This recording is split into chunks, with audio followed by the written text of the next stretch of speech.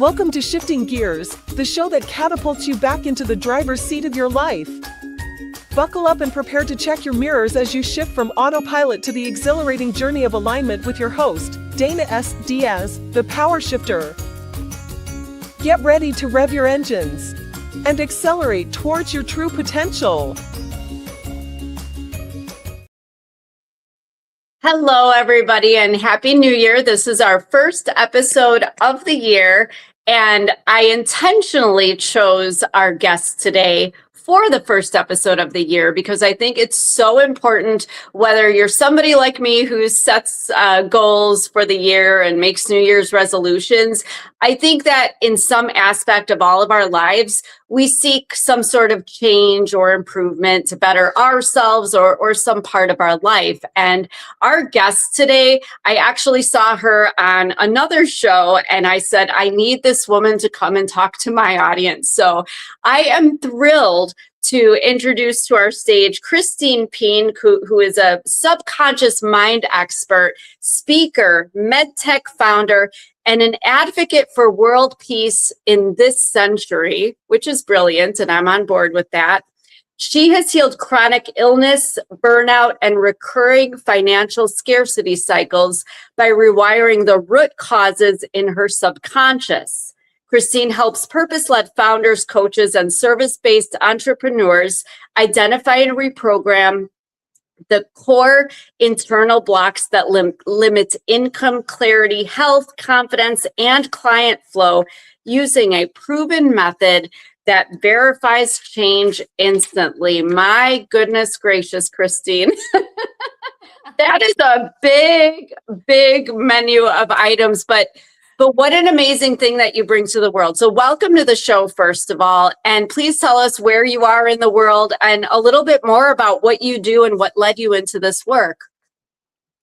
Yes, thank you so much. And you did very well reading that description. That was amazing. I know that was a mouthful. Well, I'm Christine. I'm currently in Barcelona, so that's where I'm streaming in from. And yeah, about my work, I think you described it pretty well. I work with the 95% of our thoughts, emotions, and behaviors that we're often not aware of, which are all coming from our subconscious mind. So as you said so nicely, even like if we're setting a New Year's resolution or a goal for this year, if our subconscious mind is not on board with that, it's going to be very difficult to reach that goal. So that's why we're here today, to go a little bit deeper into the subconscious and see how we can actually find these things that are blocking us, shift them, and then make sure we can reach these goals in 2026. Yes, exactly. And I think it's important. A lot of people talk about mindset and making positive affirmations, and certainly that does help. That gets, the reticular activating system in your brain sort of focused on new things and more positive aspects of your life that it otherwise doesn't see. But what sets apart mindset from the subconscious reprogramming? The mindset work works with the conscious mind, which is about 5 to 7%, depends on what science we look at, of our cognitive functioning. The other 92 to 95% is our subconscious. So if you're listening right now and you're engaged and maybe you're taking some notes, you're in this kind of logical thinking stage, which you're in the conscious mind. This is the mindset work. This is where you're going in that direction. What's happening behind everything that you're listening, that you're taking on, is really in the subconscious. So your subconscious is seeing, okay, have I heard this information before? Maybe where can I connect this in my life? Is there any experiences I had before, any traumas, our safety patterns, emotions? All of these things are stored in the subconscious with the sole focus to make sure that we are safe. So even while you're listening right now, your subconscious is scanning your environment, making sure, am I safe in this environment? And am I safe listening to this? Or maybe could something come up that changes something too much and bring me into a too unfamiliar environment? And maybe I have something else to do and I want to get off the show. So this could be your subconscious talking and trying to keep you in that safety. So that's why we really make this separation. And where when we look at our goals, when we look at making more money or bringing in new opportunities or even health, we need to go into the subconscious and see what the subconscious has to say about this goal. Is it safe for us? Can we achieve it from the subconscious perspective? Yes. And I want people to be very clear on what you just said, because I actually, a lot of what you just said is part of my signature talk, but we need to understand and clarify that up to 90, well, I would say 93 to 95%, there's various percentages of our daily actions, decisions, and behaviors are sourced in your subconscious beliefs. So you have to think about what is running your, what I call your internal programming, what's running your system, because if it's an outdated system, like we update apps and we update software and everything, we don't consciously usually update the way we think or the things that we believe. And unfortunately, the way our belief system works, it doesn't take much to begin to believe things. Even just repetition can make you believe something's true, and it may not be. So it's really important to really dive into the subconscious to really figure out what is blocking you, because I'll be honest with you, so my as I shared with you earlier, my background is in, an abusive childhood, an abusive marriage, and always believing I was less than and unworthy and all that stuff. And part of my healing journey was learning that it wasn't just going and talking to a therapist every Thursday afternoon. That was bringing things to awareness, and that's fine. That's good. Positive affirmations, wishing, hoping, praying, changing, all of that is helpful, but it wasn't healing the core beliefs. But when I learned about the subconscious mind and learned what was really hindering me, that's when I had a true breakthrough. And my mindset, my emotional distress had manifested into physical illness, which I know is something you address too. And I'd love for you to talk about that. But I want you to also address, because it's new to me, that, even blocks about wealth, because one of the prominent things that I faced as a child was always being told by my stepfather he shouldn't have to pay for another man's child. And I realize now, like, I have all this potential. I'm really actually pretty smart. I have all these achievements and all this success, but that feeling stuck. And it's like, what is it that's blocking me? And I only realized very recently, oh my gosh, it's this thing in my mind that money is bad. Money was always more important than me. And so talk a little bit about all of this. I know that's a lot, but talk about how the subconscious blocks your health and your wealth and all the things that I think we all would desire. Yes. Let's start with the money topic. Okay. I mean, we're going to dive through all of these anyway. So as we said before, the subconscious is here to keep you safe. So imagine you're holding a belief, money is bad, money is dangerous. A belief I see very often, money is the root of all evil. If this is held in your subconscious and your subconscious is here to protect you, then what will your subconscious do? Your subconscious will make sure that you think in ways, you feel in ways, and you also behave in ways that sabotage your earning potential, that sabotage the opportunities that are coming in, that maybe sabotage you in a sales call, or maybe when you're negotiating a higher salary. So it's really like, as we said before, it's the 95% of our thoughts, emotions, and behaviors that the subconscious is running. So it has a lot of force, a lot of effect. I always like to give this analogy of, if you think about your conscious mind as a little mouse and your subconscious mind as an elephant, of course, you can keep the mouse moving. And if you have a lot of repetition, you can keep moving forward. But if the elephant is not on board, who will win? Most likely the subconscious, if you're aware or not. And I think this is also where, specifically when it comes to money work, where a lot of these affirmations that we do fail.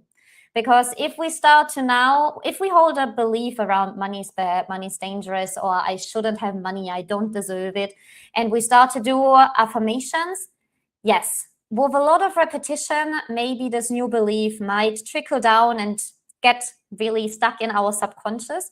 But this doesn't mean that the old belief gets cleared out. We can hold in our subconscious a dual belief system. So we can hold the belief of like money's bad and money's good at the exact same time. And that means depending on the day, depending on how we feel, depending on our subconscious and our environment, either one of these gets activated. So sometimes we make the amazing decisions and we get the opportunities, and sometimes we sabotage. So that's why it's really, really important, in addition to working with affirmations, specifically when it comes to money, to also go down into the subconscious and analyze what have we heard in our childhood about money? What are the things we're repeating in our mind about money? Finding these beliefs and then really releasing these beliefs as well, so that we can really come in and bring in our full earning potential with the gifts that we're given. That's really interesting to me, because I think it does go back to what we've absorbed in our, I think everything goes back to what we've absorbed in our childhood, because most of our subconscious beliefs, I would argue, are developed, somewhere around by the age of 7, 8 years old in that area. But, looking back, I shared about my childhood, and I'm working so hard on receiving and unblocking that limit to wealth and income. And my husband is one of these that's constantly checking the bank account on the app. And I'm like, it hasn't changed unless you won the lottery. It hasn't changed. And I'm like, you're cramping my style, dude. Stop being anxious about money, because I'm trying to receive and unblock this stuff. So I think that, you have to kind of figure that out. But how does that hold in the body? Because we're talking about the subconscious mind, but we can't leave the nervous system out, because your mind can say one thing, like you said, we can hold this dual belief, but how does our nervous system play into our ability to receive what we have the potential for?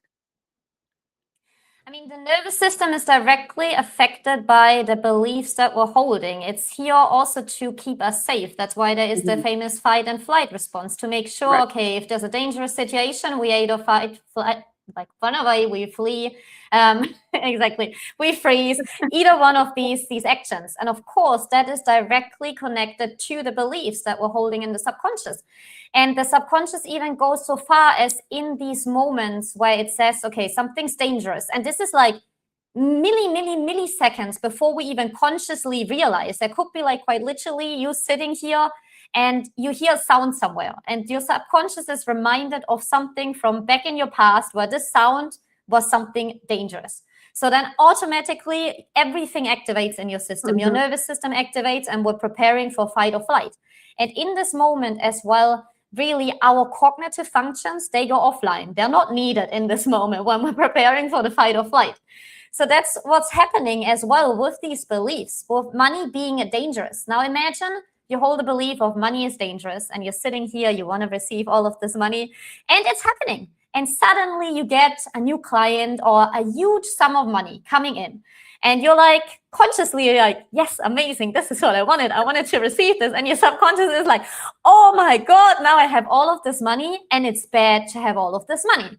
So now we subconsciously go into this fight or flight response, and you might not even notice this. This might be very subtle. This might be very subtle stress that's starting.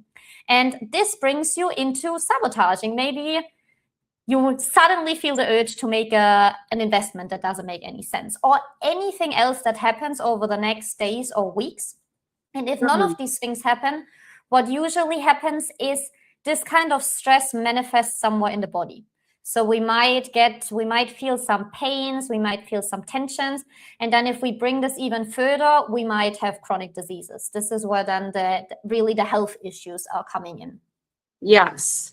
And that is something that I have experienced in my life, actually. That was the premise of putting out my first book, was because I honestly had no idea. I knew there was a mind-body connection, but really your body does hold all that energy that your mind is not able to release in some way. If you have unresolved issues, unresolved trauma, and you don't have to have been abused or had some trauma happen in your past. I think what you said, and we need to clarify this too, when we're talking about your subconscious mind works to keep you safe, we have this primal instinct when we're talking about safety. We want to have our basic human needs met, meaning we need to be fed, we need to be, let's say, sheltered or at least protected from harm, these types of things. So that is why we're naturally inclined to want to belong to family units or to community groups. We want to be accepted. We want to be, take care and have that community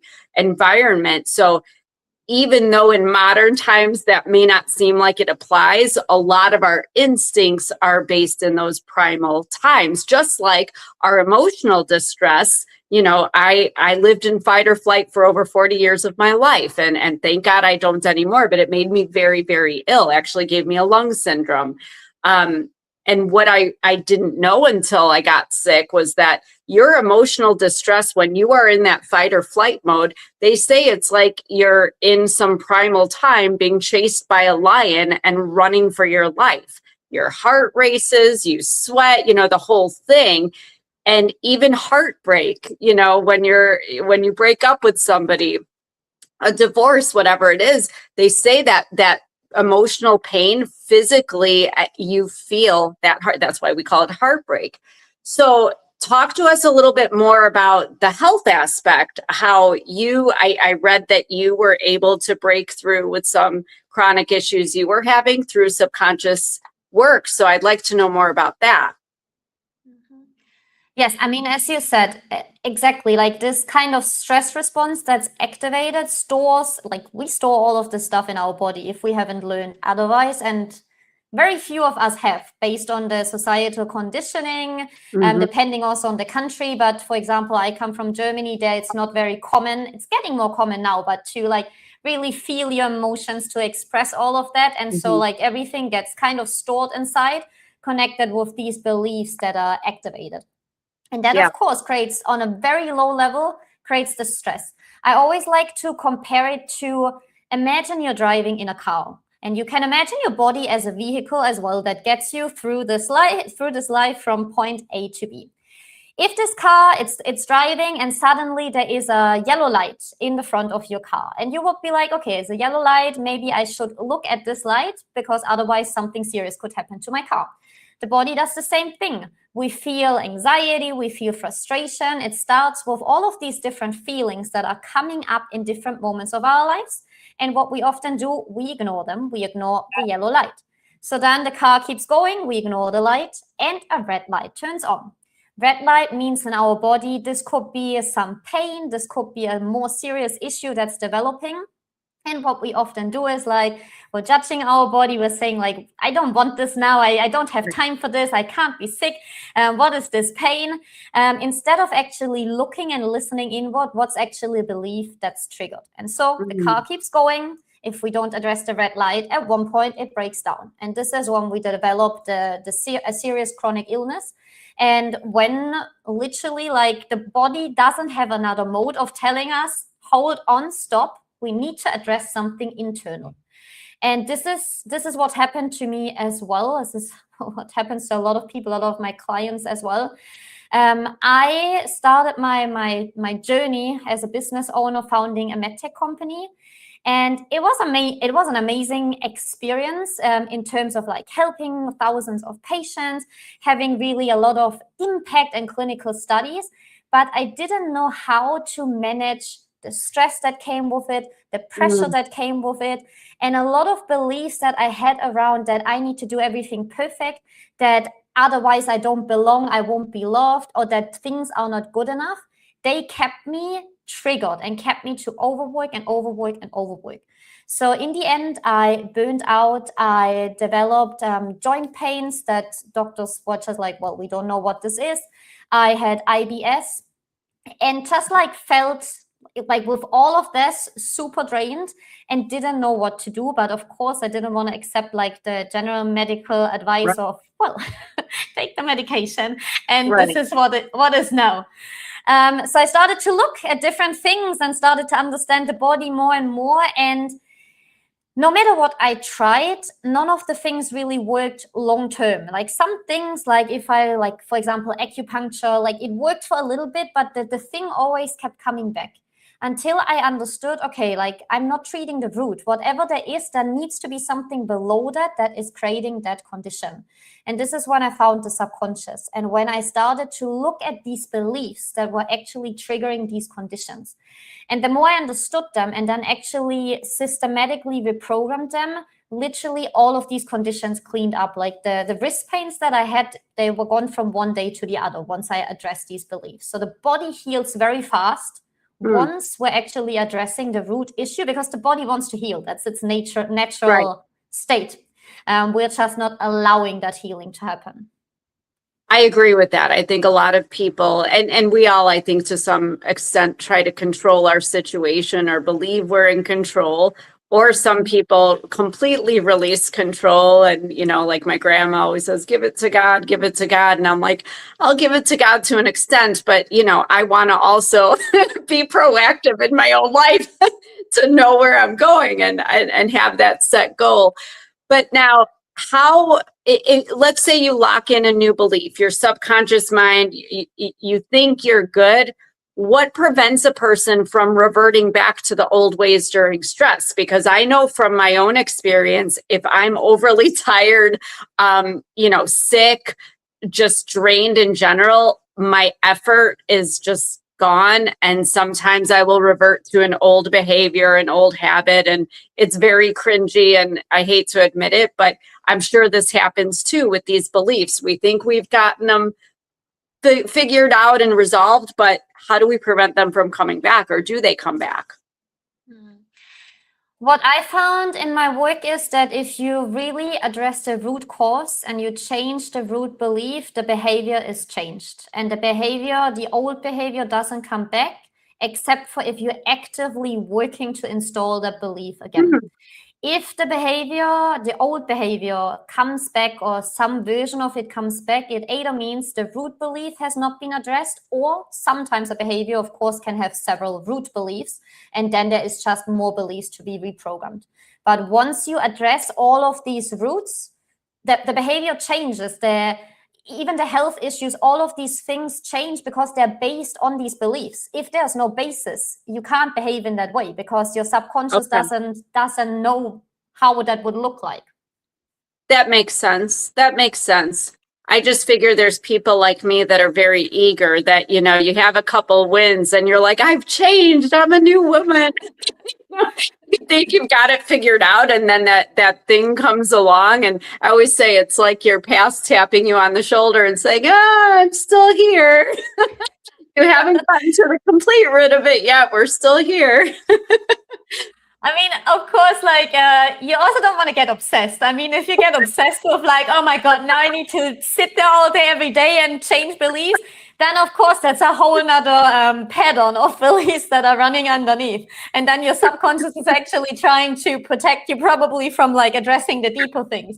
So yes, I think there's like a good balance to be found between addressing these beliefs for specific and very critical things, and then seeing how the new behaviors, the new thinking, and also like the physical reality adapt, and also like saying, okay, well, here I'm just tired now, and this doesn't mean that the old behavior comes back, but we're human. Right, exactly. And I mean, I am guilty of what I said only because of my trauma in my past. I am an overthinker, and I'm always like looking for the evidence, that hypervigilance of, am I okay now? Am I not okay? Is there something still there? It's like I keep digging and then stuff keeps coming up. But that's another way that, like you said, our bodies, our minds protect us, because even when you're healing from some kind of trauma or abuse, you know, a terrible past, a terrible thing that happened, you know, sometimes your mind does not allow memories and things to resurface. So this has been my experience too with subconscious blocks. There are things that come up that I'm like, my God, I'm 50 years old. How could I not have remembered that, you know, until now? Where was that all this time? And it's because your mind waits until you are safe. It waits till your nervous system is ready to receive that information to help you get to that next level. So there might be a little more work. You know, I know in my own work, it's like, okay, I'm doing the work. And I have to say, you did call me out, and I love that. I love being called out on social media. You posted You have the most amazing posts on Instagram, by the way. And I had commented something about I'm working so hard. And you're like, yeah, but that's the thing. That's not actually productive. So talk to us a little bit about that, about how we sometimes are working against ourselves by working too hard towards that goal. Yes, I think like the specific example, and I think this is a good example to demonstrate that was like, I'm working so hard to release the conditioning to work hard. I mean, like already when you hear that, it's like, okay. So yes, I think it's like taking this work from a lighter perspective and not taking this work like from, okay, it needs to be hard, it needs to be difficult. This alone is conditioning. And this conditioning, this comes even from, we had it before, like the beliefs are created in childhood. I would even go so far to say that they go back more than 7 generations in the past. They're passed down through these generations. I have heard that. Yeah. Yes. So if we look at specifically at this working hard, because that goes back a long time, if you look back at your parents, grandparents, great-grandparents, go back a few generations. And if you see that any one of these people has lived through a war, has lived through the Great Depression, has lived through the Industrial Revolution, poverty, anything, any kind of marking experiences like this, what did these people learn? What did your ancestors learn in this time? They literally learned, I have to fight to survive. I have to work really, really, really hard because otherwise I will die. And this conditioning gets passed down and down and down. And I believe that's why we're having this hustle culture today. And that's why it's so conditioned. It really comes from these instances. And so it's really now to go into the subconscious and find these beliefs that say, life has to be difficult. Life has to be hard. If I'm not working hard, I will lose. I will fail. I will be killed in the worst instances. Like in the subconscious. This doesn't make 40%, but in the subconscious. Yeah. Exactly. And it's like as easy as finding these beliefs and just reprogramming these beliefs. We don't need to like sit there and do affirmations for the next 4 months or year. It's like find the belief, find the root belief and replace it with life can be easy. Things can come to me with ease. Life can be flow. And just replacing it with these more empowering versions that allow us to do things from ease and flow.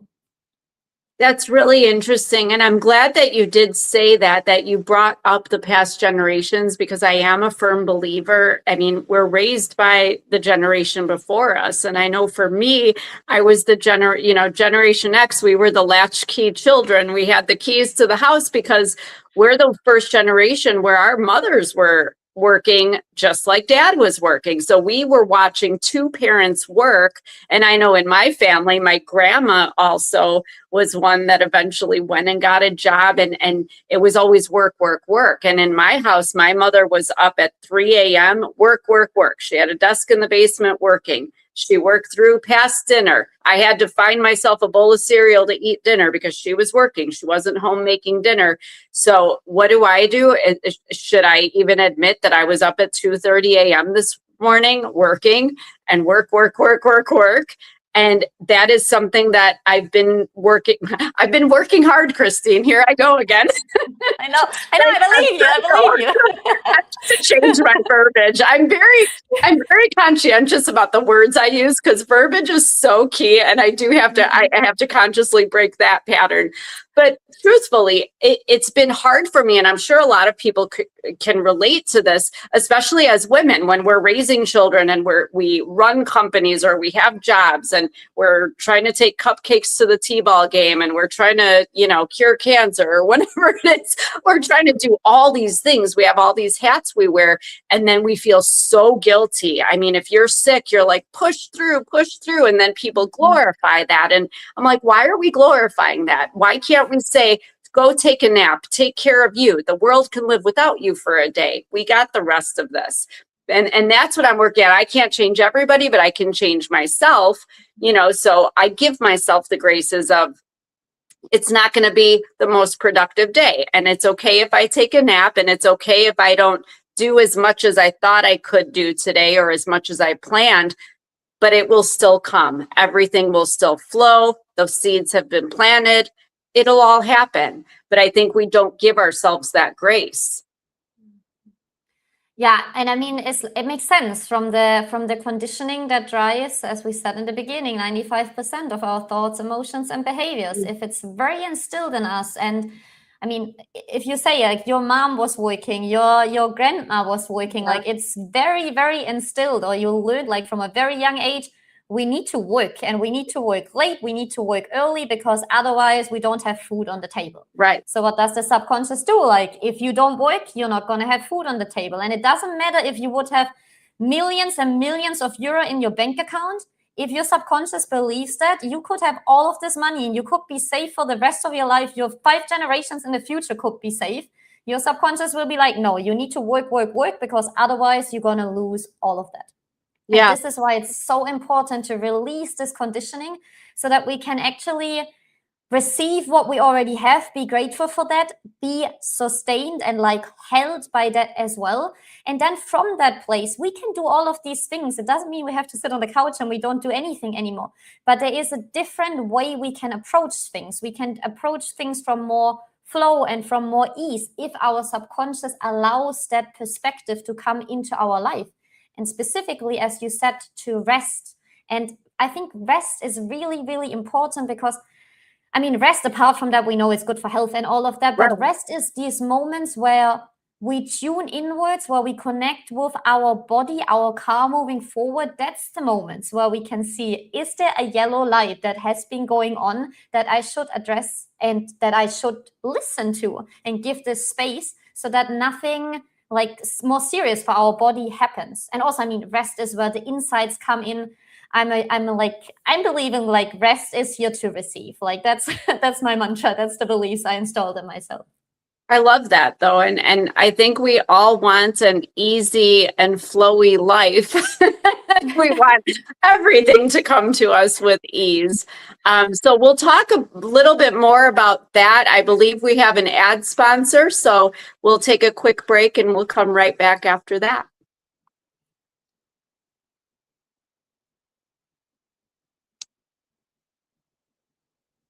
This isn't just a class. This is a place where women work at healing. In the Women's Childhood Abuse Healing Workshop, we learn, reflect, and practice real tools that help you go from surviving to truly thriving. You will be supported, seen, and guided every step of the way. Want to start your own healing journey? Simply scan the QR code to learn more.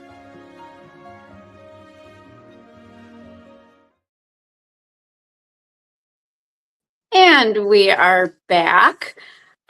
So let's get right into this, Christine. I'm curious to know, because I'm sure that there is a common thread that runs among all the people you work with.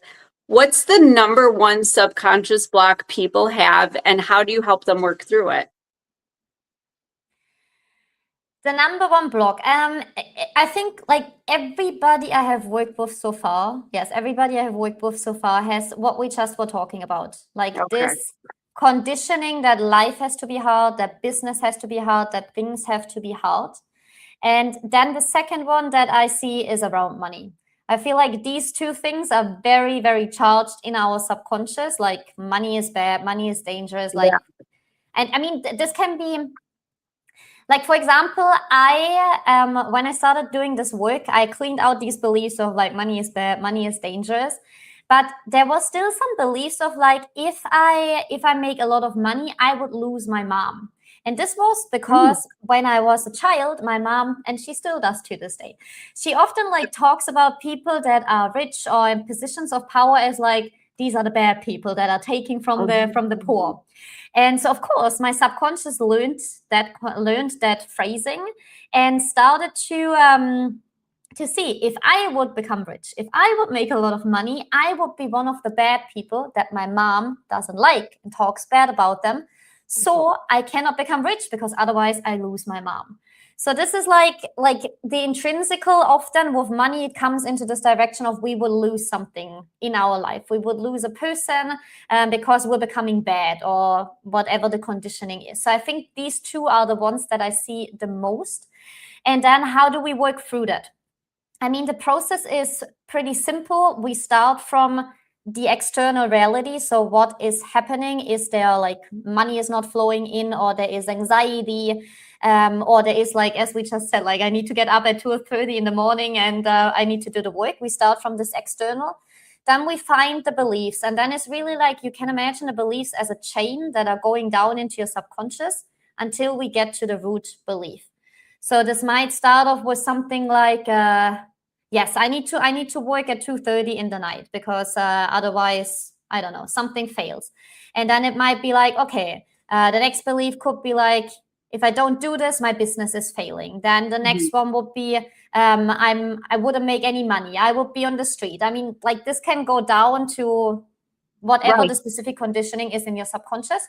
Once we have this belief, we use the body, because you can use the body to measure beliefs. So we're not only using the mind and thinking about it, because the mind, it often lies. It's like, it's interesting how often I say to clients, like when they start talking, like, I think you have a belief. Then they're like, no, I don't think so. And then we use the body and we measure and we see, well, this belief is very active.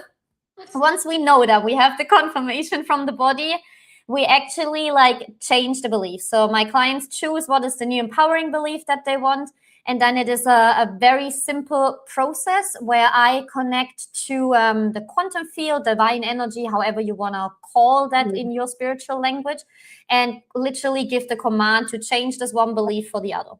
Once we've done that, we come back and we test, and that's the change that has been completed. And of course, then there might be more beliefs that we need to address for a specific option or for a specific issue. And one more thing that I wanted to mention, because I think this is very important, and a lot of people are not aware of this.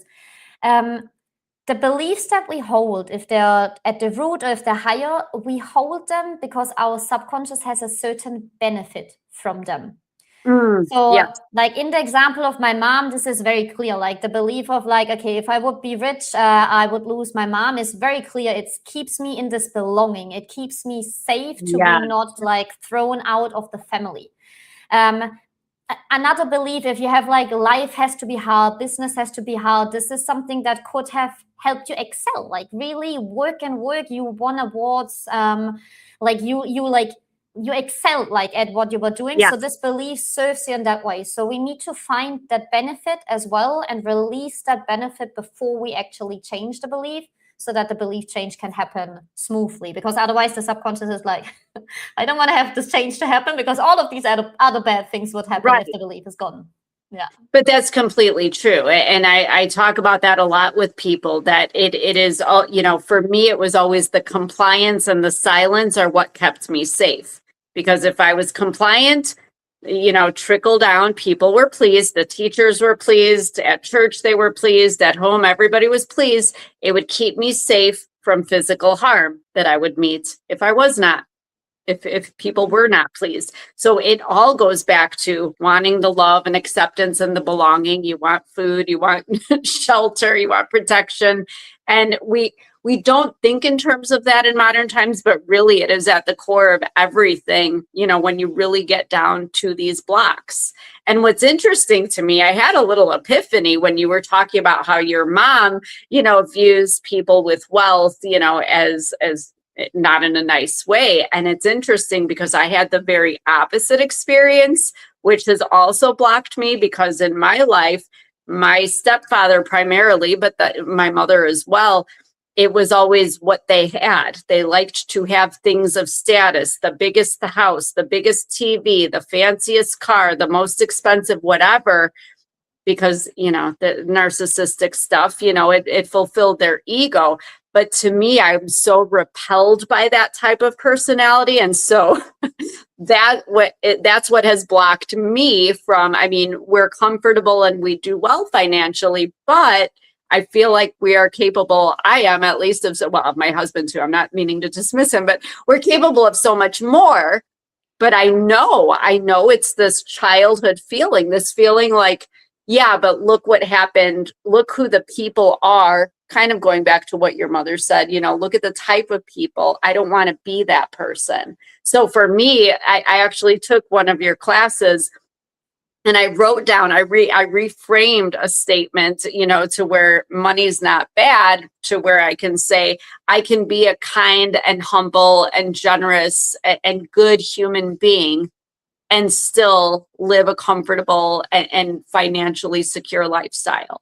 And I think we have to remember that whatever that core belief is, we can repeat a new belief, but we really have to feel it inside. And that's what I'm most interested in, is like, how do you know? Like, if you unblock something, a core belief, I mean, your magical fairy godmother's not just going to wave a wand and everything's going to be magically wonderful. Like, how does a person know? Or is there a way to know if you've unblocked a belief?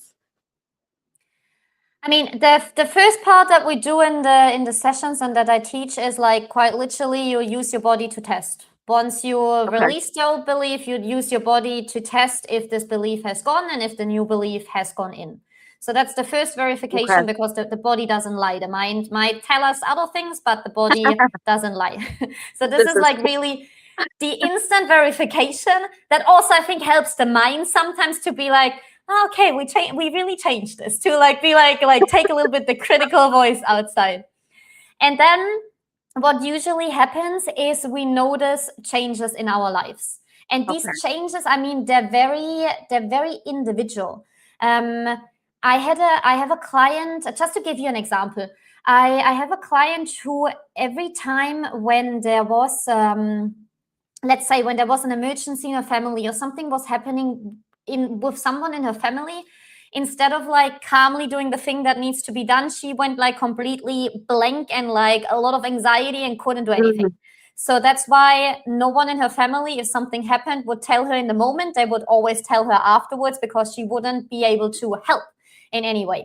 So we did a session, and we like, without even thinking about that, but we went deeper. We worked around some money things, and we found that there was some beliefs active around that she's responsible for her family, that she has this obligation to make sure that they are safe. And this obligation was really creating this anxious state. And so we unblocked that, and quite literally just a few days later, her daughter had an emergency, and she was the only one there to help her. And instead of going blank, she like did all of the things, called the hospital, made sure that her daughter was brought to the to the hospital, and made sure everything really calmly. And that's like what you notice afterwards, because you react differently. Like, your automatic responses, everything changes once you adapt the operating system, the belief system. And that's when you know. And of course, that really depends on your individual situation, because in her case, luckily, in quotation marks, I mean, nothing happened to her daughter. This happened a few days after, so she could see the change in real time. An instance like this could have happened a month or a year later, and she would have only noticed that amount of time. I mean, if we talk about money and health changes, you notice changes a lot faster. If you have pain and we release the root belief, the pain could be gone the next day, or it takes a few days and then it's gone. So that could be a lot faster. Fair enough. And I have experienced that, where something, a situation or a person is removed and it's miraculous. Like, I don't have those physical symptoms of the distress of that person or situation anymore. So that's really interesting. And thank you for sharing that story, because I think it speaks to, some people might hear that story and say, well, anybody in that situation should, but we have to remember we're all different, and we all have different life experiences. We all grew up with different people, different environments. And just because something you should supposedly know inherently to do this and this and this in a situation, not everybody does. And not everybody reacts the same, which goes back to exactly where we started, which is that 95% of your actions, decisions, and behaviors every single day of your life are based on your subconscious beliefs. So how, if anyone's listening and they're suddenly worried, like, what are my subconscious beliefs? What do I need to work on? How, is there a question or some little trick you have where somebody could pinpoint at least one of their limiting beliefs? Yes, I think like the easiest is to really use your body and measure the belief. And I'm just gonna walk you through here in talking, and you just need to do it afterwards. But basically, you get up on your both feet and you stand shoulder width apart, and you stand in a relaxed state. And then you close your eyes, and the only thing you have to do is say yes. And once you say yes out loud, it's very important that you say it out loud, your body will move forward. And then you say no, and your body will move backward. And this is it's like once you do this the first time, like when you hear me now, you will be like, I don't know, like what she's talking about. But once you do this the first time, you will actually notice, oh, wow, like my body's moving automatically. And this could be very little, this could be a lot. If it's not moving, it just means you haven't drunk enough water. You need to drink more water because the practice works through the water in our system. And what that does is like a yes response means you're going forward, a no response means you're going backward. So now you can test any kind of belief. You could say, I love myself. If you go forward, it means your subconscious believes, yes, I love myself. If you go backwards, your subconscious believes, no, I don't love myself. So now you can, with that simple practice, you can verify if a belief is active in your body or if it's not. Because a lot of the times, I mean, our minds might say, we did all of this inner child healing and we did all of this self-love work, and I know I love myself. And your subconscious is like, well, I still don't believe that we love ourselves. So that's like the simple practice you can do. And then you can test for any belief that you have in your system. Important disclaimer here as well, you cannot test for other people. So if you believe now your spouse or like your boyfriend is unfaithful, do not test for that, because your subconscious will tell you what you believe about the situation. It's not the reality necessarily. So only test for your own beliefs. Pull out the tarot cards for that one. Exactly. Like that's other practices I don't teach. It's a good point, though, because there are people like me that would be like, oh, let's just keep going. Let's ask all these questions. And to answer the audience right now, because I know you're all saying, Dana, let her do it to you. I would welcome that, but I have already done this, and I don't want to, I feel like I would already be biased towards moving my body in certain ways, because when I did do your class, that was something you had us do, is to stand up, you know, and put ourselves this way, our shoulders to the camera. So and you stood up with us, but you didn't tell us what our bodies were going to do first. You just said to stand up, close our eyes, connect to source. And, you know, you began with, is your name, you know, whatever. We had to ask ourselves what our name was and watch our bodies move. And there were a couple of us that our bodies didn't react right away. And you brought up the hydration. And I admittedly am not very good with hydration, so it's something I need to improve on. But I did chug a whole lot of water during that session. And by the end of it, I was noticing I was getting the yeses going forward. And sometimes it's just very slight where you just pull back. But, you know, having been a journalism major in college, I remember this is very interesting to our interactions with people too. You will notice that, you know, when somebody's engaged and wants to, you know, be participant with you, they're leaning forward, they're curious, their body's positioned towards you. Whereas you can tell people if they pull back a little or they're moved, you know, there's a lot that goes on with our body language that I feel I thought played into this and a lot of the techniques that you use. So tell us a little bit more, because we're going to wrap it up here within the next 10 minutes. What do you do? What kind of offers do you have as far as if people wanted to work with you? Do you have any courses, coaching, books? Where can people find out more about what you offer, and what do you offer? Yes, I have two main offers. One is coaching that I do, very specific reprogramming that we do one-to-one, where I literally go into your subconscious, we find the blocks, I release them for you so that you're sure that they're gone. So this is like really the most intimate, most fastest experience, where you have a professional looking on your subconscious. And then the second offer is the Subconscious Mastery Membership, where I teach you to do this work yourself. So this teaches you how you can find actually the root belief from a specific problem, and then how can you release this belief and actually be sure that the belief is changed. And there we focus specifically on beliefs around money, visibility, resting, self-worth, and leadership.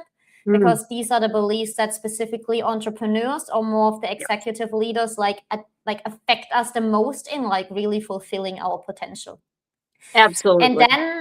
And then, of course, I mean, you can follow me on Instagram, as you already said. That's where I'm sharing a lot of posts, where I'm sharing wisdom that comes through. And I also have a weekly newsletter where I share more deeper shifts as well for the audience. That's amazing. And I do highly suggest following you on Instagram. If anyone's listening and even just curious about this, your posts on Instagram are very informative. You get much more in depth than a lot of people do with their posts. And it's information that is actually valid that you can apply towards your daily life. And these are things that, you know, if somebody starts working with you, they truly can start seeing some change happening, you know, sooner than later. But it all depends on, you know, how willing you are to be honest with yourself, because I agree with you. That's the key thing. I think, you know, we believe a lot of things that may or may not be true. And we tell ourselves it's true, but is it really? And then we gaslight ourselves when we don't want to face the truth or take accountability for something. And sometimes we outright lie to ourselves, or we're in denial. All these things. Again, our minds are trying to keep us safe. So those questions about if my partner's being unfaithful, you think you know, but you don't know. You probably don't want to know, honestly. Been there, done that. But you know, the thing is that you have to really, truly be honest with yourself and ready to face those truths, because these things, you know, again, will come up. And just like in this conversation, and I had kind of a breakthrough, and I had a breakthrough about this whole money thing altogether when I heard you on my friend Allison's show, on Allison Answers. And so it's really interesting what does come up when you start to feel a little safer in your body and in your nervous system. But this work is very relevant, I think, to anybody in any aspect of life. You don't have to be an entrepreneur. You could just be somebody who wants to be a better mom or a better business owner. Or maybe you're 20 years old and you know you have all this potential, but you don't know what to do with it, because we all at some point feel like we know there's something there, but we don't know how to get there. And we just need a little guidance to do that. So if somebody wanted one of your courses, one of your offerings, would they follow you or message you on Instagram, or would they go to your website? I think both ways work. They just follow me on Instagram. There I have all of the different links in the link in bio. But of course, you can also text me and we can have a conversation what serves you best at this moment in time.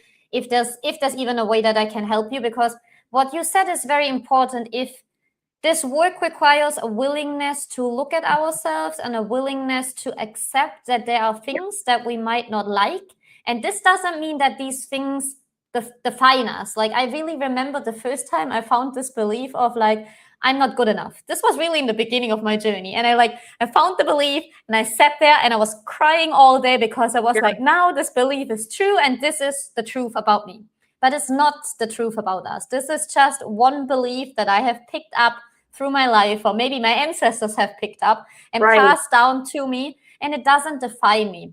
So no matter where you are in your journey, you can always just message me and we can have a conversation what works best for you right now in the specific situation in your life. If this work makes sense for you to go that deep, and if it can actually help you make an impact with your business or with your work or in your relationships. Yeah, and that's the key thing, is this isn't just about achieving, you know, your 7 figures in your business or even in your personal income. I want to be very clear to people. This is very beneficial for entrepreneurs, but even just as a person who is trying to heal from some trauma or pain in your past, that self-worth, your confidence, you know, we all want healthy relationships, healthy connections. We all want love, all those things, but all of those things, as you've heard me say to exhaustion, they're inside of all of us. They're already there.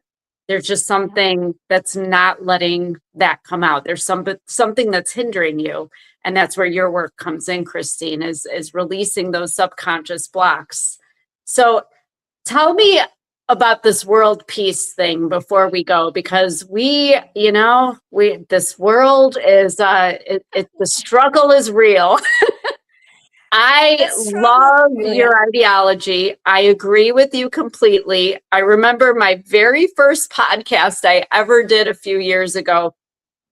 I remember the person asking me what my wish is for the world. And I said, this is going to sound a little idealistic, but I think that if we all love ourselves enough to love other people and be more accepting and respectful, maybe, just maybe, we can all sit around and sing Kumbaya. I'm not saying we're all going to agree or get along, but I think we can all coexist peacefully if we choose. And so when I saw on your website and in your bio that you think we can achieve world peace, I just immediately, I align with that. I agree with that. But give me your take on that. Mhm. Yes, I really relate to what you were saying of sharing this in your first podcast, because I remember, like, this was like, I think 6 years ago, I was sitting at the beach and this vision came to me of like, somehow I will find some work that will contribute to world peace. And when I heard this for the first time in my mind, I was like, okay, you've gone crazy, like, ignore it.